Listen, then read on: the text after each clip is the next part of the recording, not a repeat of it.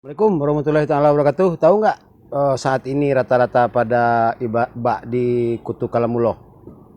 Ya. Nah, ini bedanya keunggulan metode leluhur dengan metode yang sedari 1924 Masehi di dalam proses belajar mengajar dalam proses bimbingan hantaran, ya. Kalau leluhur ya, makanya leluhur Minang itu cepat mengambil kesimpulan, ya. Metodenya mendahulukan paham daripada tahu, ya. Ibarat mengaji dari alif, itu diberi kajian alif bata saja cuma, tetapi didahulukan paham. Nah, ya. Jadi tidak mendahulukan tahu. Nah, makanya berakibatlah sampai saat ini sok tahu yang kebanyakan.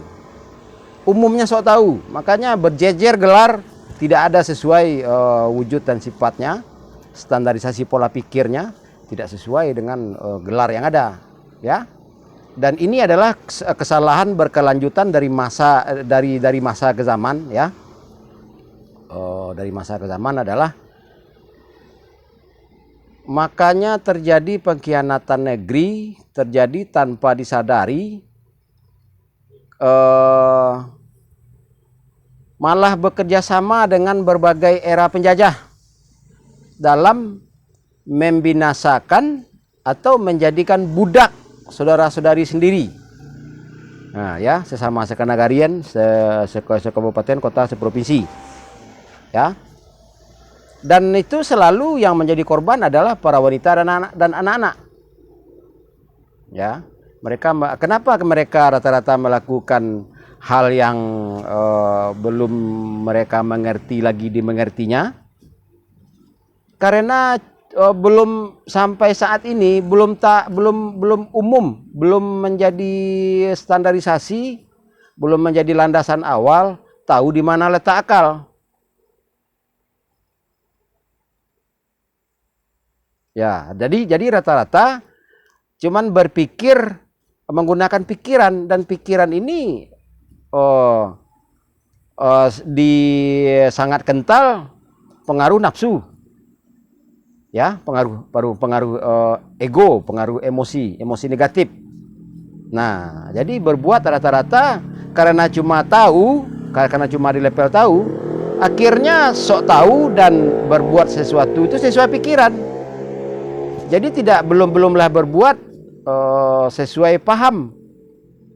Nah, padahal setelah level paham ini ditekuni terus, baru nanti mencapai level sadar.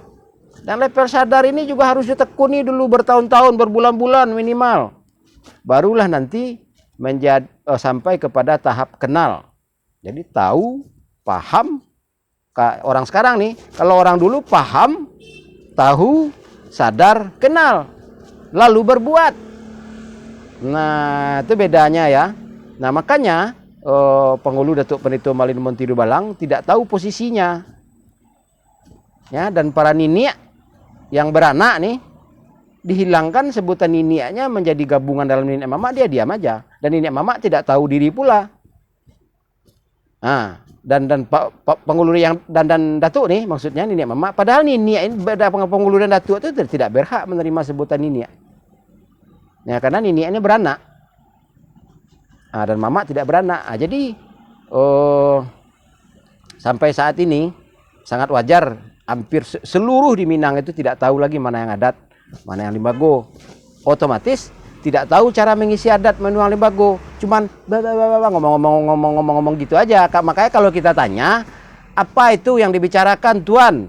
Mereka tidak mengerti, malah marah. Makanya wajar beliau-beliau itu tidak mengerti maksud saya kaderisasi alih generasi dan penyadaran, karena beliau seperti orang mabok, seperti orang pingsan. Nah, ya cukup sekian, terima kasih. Wabillahi taufiq wal hidayah. Wassalamualaikum warahmatullahi wabarakatuh. Lain kali kita sambung lagi, ya. Hubungi 0821790577. Silahkan pelajari materi di channel YouTube Andi Khalifah ABSSPK dan di channel YouTube Andi Khalifah Minang Onesiawi. Selamat datang di akun Instagram Minang Onesiawi. Terima kasih.